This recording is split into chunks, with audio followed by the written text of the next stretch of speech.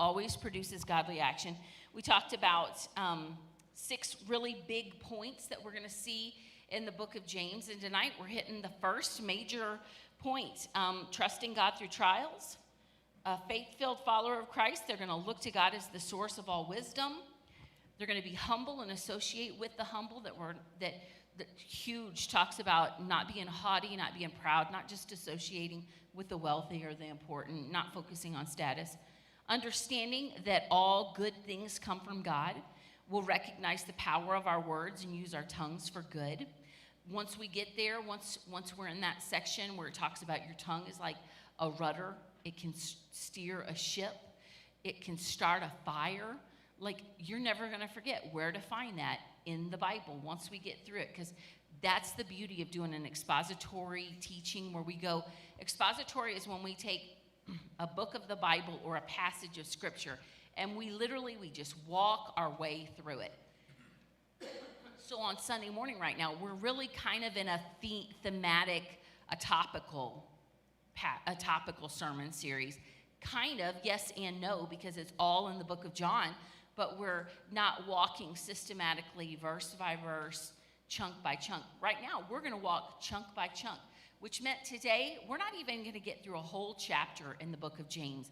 But y'all, there's only 5 chapters. So you would think naturally, well, it'll take us 5 weeks. You would actually be wrong if you thought that, because we're going to systematically work our way through the book of James, and we want to hit all the things because there's stuff for us to learn. We're going to, Christian, they're going to reject the ways of the world. That's one of the keys. And so the book of James, let's dig in tonight. I titled this, Kiss the Wave. At the top of that second column, here's a quote from Charles Spurgeon that I love.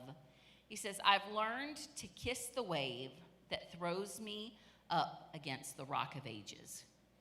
The rock of ages, Jesus, our Savior. I've learned to kiss the wave that throws me against the rock of Jesus, the rock of ages. And so let's go ahead and read James chapter 1, 2 through 12. And we're going to read the whole passage, and then we're going to kind of break this down and go like little section by section, thought by thought. But I wanted to read that quote to you first. We've learned to kiss the wave. The wave. Think of a wave slamming you against a rock.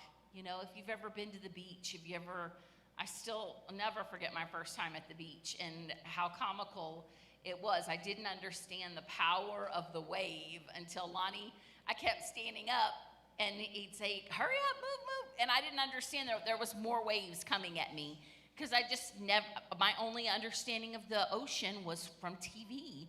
And I don't know, I wasn't surfing. I didn't think there was going to be waves that were knocking me on the ground, filling my scalp with sand, my nose with sand, my belly button with sand. I mean, it was, but that quote, I've learned to kiss the wave, which means I've learned to embrace.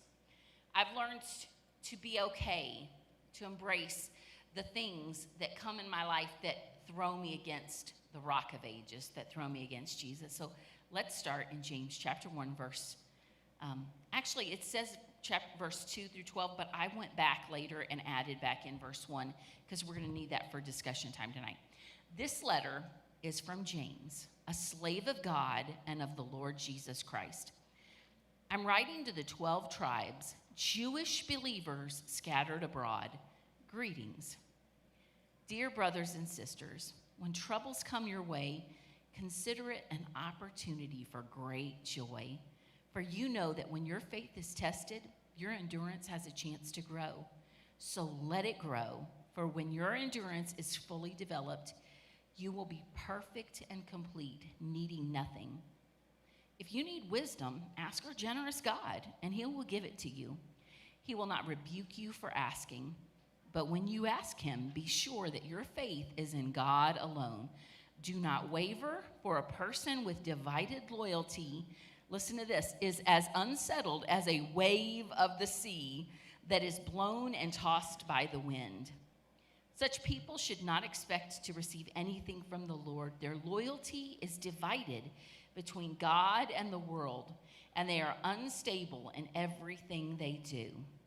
You might, if you're familiar with, the Bible and you've been in church and you've memorized scriptures, you might recognize that passage more from the probably the New King James Version, I think, is where it says that a double-minded man is unstable in all of his ways. In a minute, you're gonna look in your groups, a few minutes, at that passage more deeply. Verse 9, believers who are poor have something to boast about, for God has honored them. That's does that strike you as strange reading it? Because it does me. I understand what he's saying, but when I read it, I'm like, I wish you wouldn't bless me so much. Believers who are poor have something to boast about, for God has honored them. And those who are rich should boast that God has humbled them. They will fade away like a little flower in the field. The hot sun rises and the grass withers. The little flower droops and falls, and its beauty fades away. In the same way, the rich will fade away with all their achievements. God blesses those who patiently endure testing and temptation. Afterward, they will receive the crown of life that God has promised to those who love him. That's a good passage, isn't it? And there's a lot there. And this is only 2/3 of the chapter. And so that's why we're actually not going to touch the whole chapter tonight. Let's look at this, the second column, waves. We're using Spurgeon's quote kind of as a springboard, if you will, to really get us in this chapter. We were talking about, I've learned to kiss the wave, but that's just a word. Wave, trials, it's all the same thing. Here's the Greek word for troubles, because some translation use the words troubles. The Greek word for trouble here means something that breaks the pattern of peace. That's a good way to think of it. It's something that breaks the pattern of peace, comfort, joy, and happiness in someone's life. So I like some of the translations say, count it all joy, brethren, when you face various trials. That word various, I like what it does, because it doesn't say, count it all joy when you face really big, hard trials. Because what is really big and hard to you may not be big and hard to me, or vice versa. So who am I to say that, that's not a big trial? What you think you're going through, that's not a very big deal. I've been through that. I've done there. Lots of people have been through that. I like that he's being so inclusive with the verbiage here, that count it all joy when you face various trials, right? But if we look at the verb form of that word, it means to put something or someone to the test, with the purpose of discovering that person's nature or the things, or that thing's quality.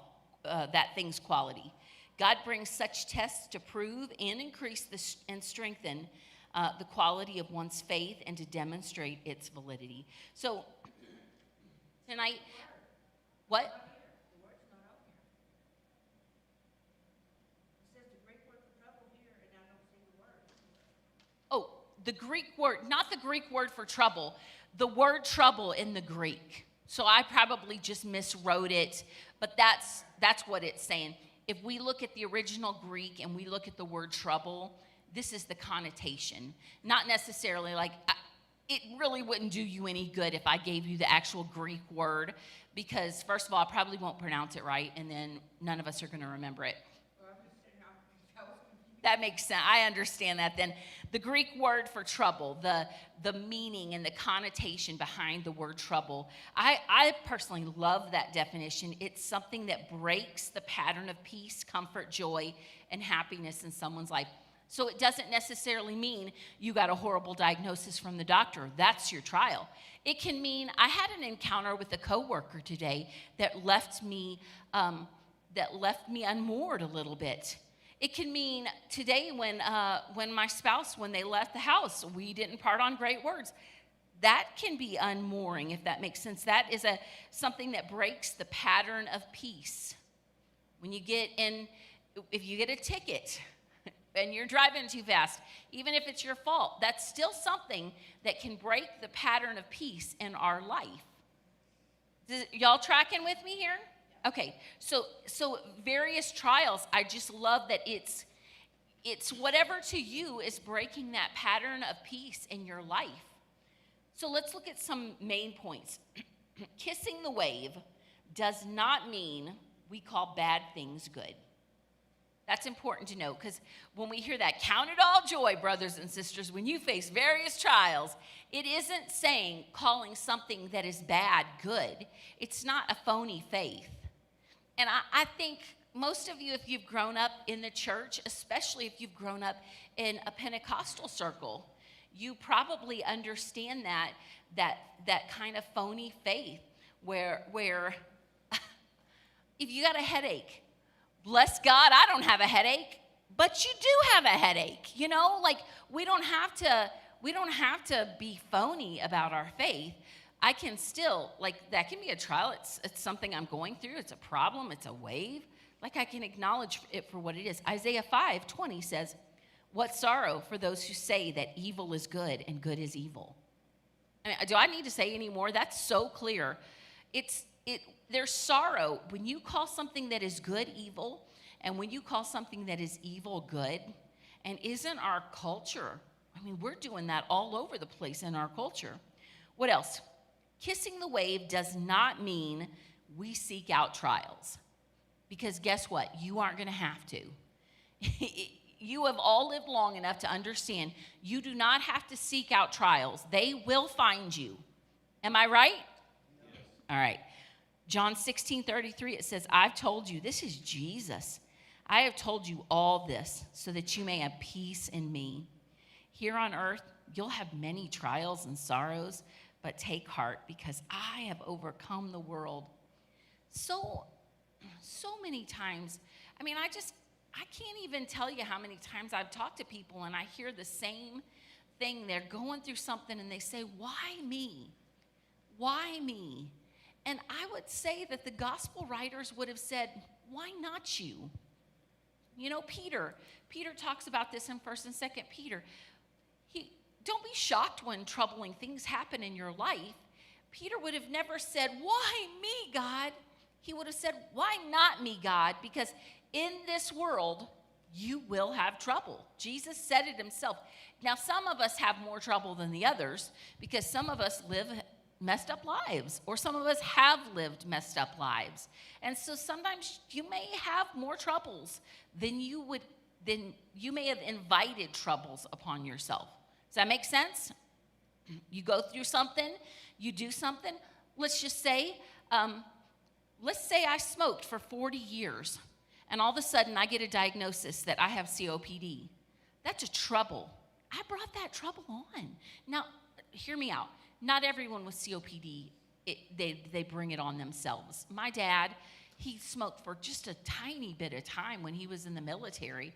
I mean, I've never even seen my dad hold a pack of cigarettes in my almost 50 years. Never.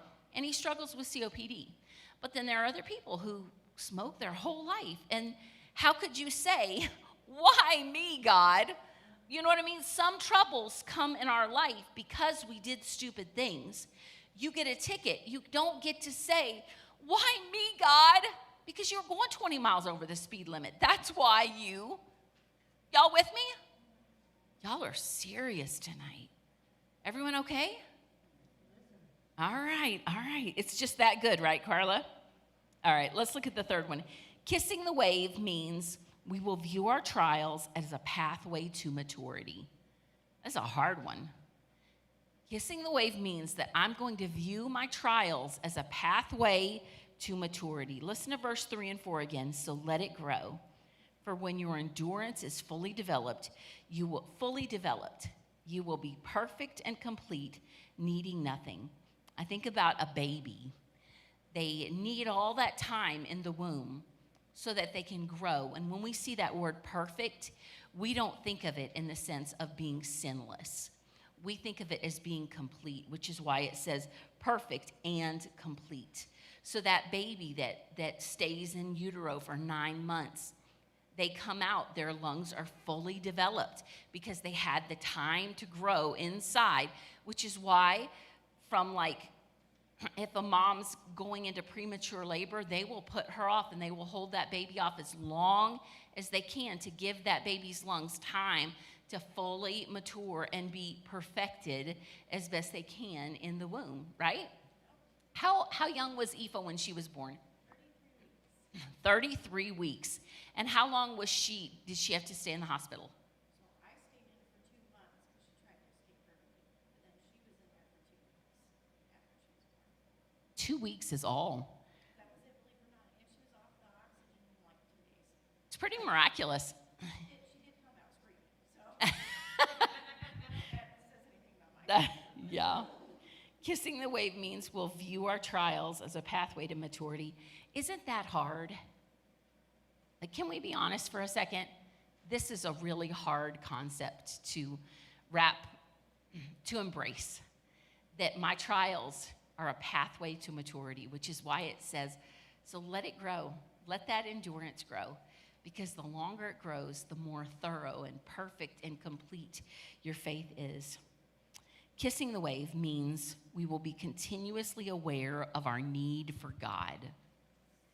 Kissing the wave isn't just, here's trial, it's rolling over me, but we should be constantly aware of our need for God. Look at this. According to verse 5, what do you need in a trial?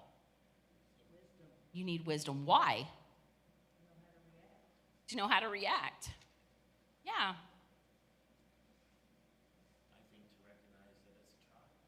Yeah, to actually recognize that it's a trial. Because sometimes we don't. Oh, sometimes we just think, man, this bad thing happened. But to recognize, like, Lord, give us wisdom to recognize that what's happening, it's not flesh and blood. It's not a battle of flesh and blood. It's a spiritual thing. This is an actual trial that you're facing, right? Verse 6, according to verse 6, what do we need in a trial? Look at verse 6 again. You need faith in God alone. Faith in God alone. What else do you need to do, according to verse 6? Don't waver. For a person with divided loyalty is unsettled as a wave of the sea that's blown and tossed by the wind. Have you ever felt that way? I have. I have found that over the last, 3 or 4 years, my decision making has slowed down. And I think I just have kind of faced, they call it decision fatigue, when you have to make so many decisions over different things. People that build a home face this. You built a home. Like, you have to decide your cabinets, the color of the walls, what kind of trim you want, what kind of carpets you want, all the different things, like that decision fatigue. And there are some times where I feel like that double-minded man where I'll change my mind back and forth about certain things. Thankfully, about the Lord, like, that's not the struggle. It's just the common things. The last question there, or no, the second to the last. What else do we need from God when we're going through a trial? And maybe this isn't in the passage, but what do we need from God when we're in a trial? Peace. We need his comfort. We need his peace. Clarity. What else? Oh, that's good. That's good, Robin. We need forgiveness because sometimes the trials came on us because of our own choices. Not always. Like, we don't want to be those people who think every bad thing happened. I did. But sometimes the bad that happened, it's my choice, and so I need the forgiveness of the Lord.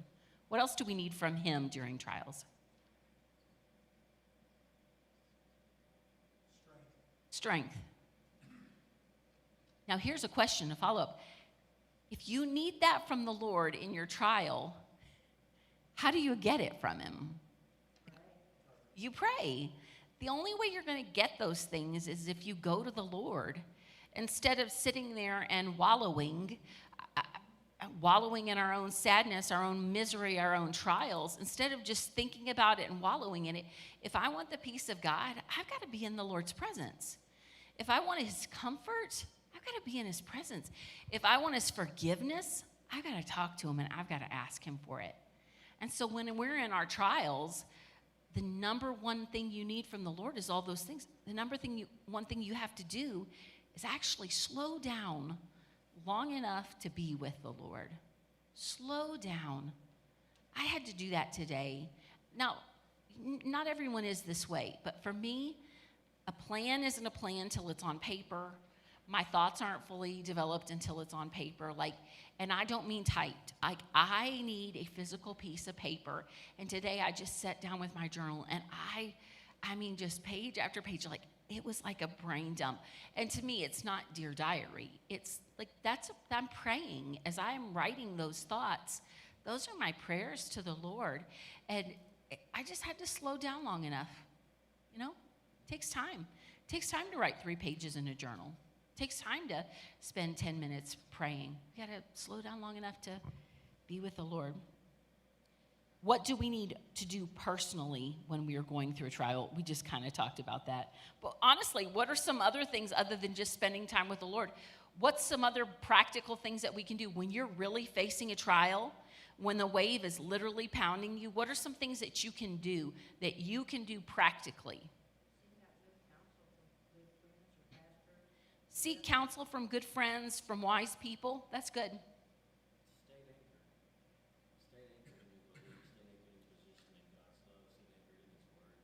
Stay anchored. Good. Stay anchored in your belief. Brent. Oh, Lon. Sometimes you have to quit looking at that wave and look at the horizon so you know that your life isn't the wave. Do I have a hanky? That's a hanky waving right there. Woo, baby. Sometimes in that moment you have, and the only reason I'm repeating it, y'all heard, but if it's someone online, I want to make sure they heard, because that was really good. Sometimes the thing that we need to do is stop looking at the wave and start looking at the horizon. Instead of looking over and over, what's the problem that's coming at us? What's the Lord, what's ahead? What's ahead? Yeah. Yep, Peter on the water, keeping his eyes on Jesus. What else can you do? When we're in a trial, it's good to remember the things God has done. Mom always said, count your blessings, not your bummers. Yeah, that's good. Count your blessings, not your bummers. When you're in the middle of a trial, it's good to look back and be reflective. What has God already done? I think one thing, too, is not to isolate ourselves. Because sometimes when I'm hurting, when I'm struggling, sometimes I withdraw. Not often. I'm not a huge withdrawer, am I, Lonnie? I will busy myself, which is probably not healthy either, but I'll just busy myself so I'm not thinking about things. But some people, their tendency when they're walking through hard times is to withdraw and then be mad that no one's around them. Instead of, that's a moment that you push in. Recognizing I don't want to be there, I don't want to be around people, I want to be home and I want to eat my ice cream and binge watch Netflix and not talk to anyone. I got to tell you, that's the night you actually need church the most. And so that's something that we do practically.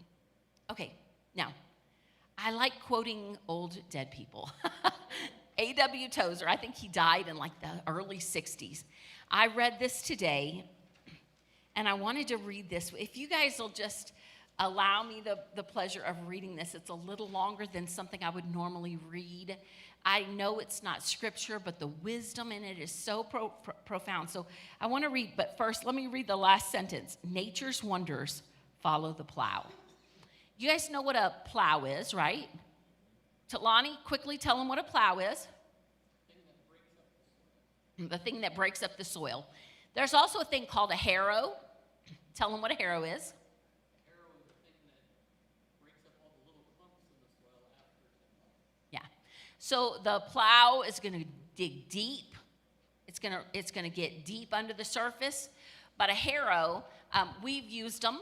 We had on our acreage in Nebraska, I don't know, what was it, maybe 6 foot square? About 6 foot square, and it had these spikes like tines on it, and he hooked it up and I drove it. Hooked it up to the back of a riding mower or a tractor and just drove that thing all over the acreage, just all over, and it was just dust flying everywhere, but it's just breaking up the ground, almost like if y'all would maybe know aerating your soil, taking the little plugs out. So keep that in mind as we read this. A.W. Tozer said this: here are the two kinds of ground: fallow ground and ground that has been broken up by the plow. Fallow means untended, uncared for. The fallow field is smug, contented, protected from the shock of the plow and the agitation of the harrow.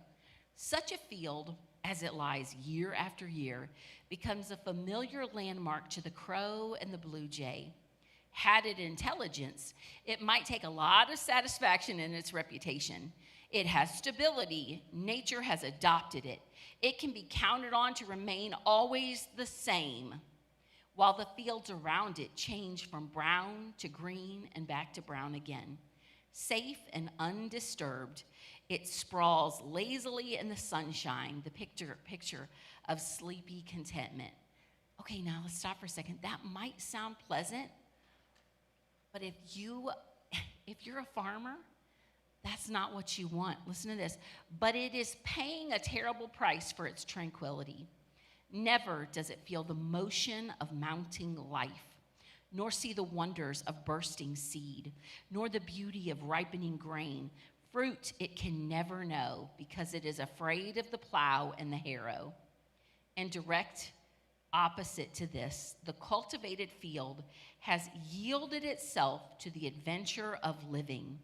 The protecting fence has opened to admit the plow, and the plow has come as plows always come: practical, cruel, businesslike, and in a hurry.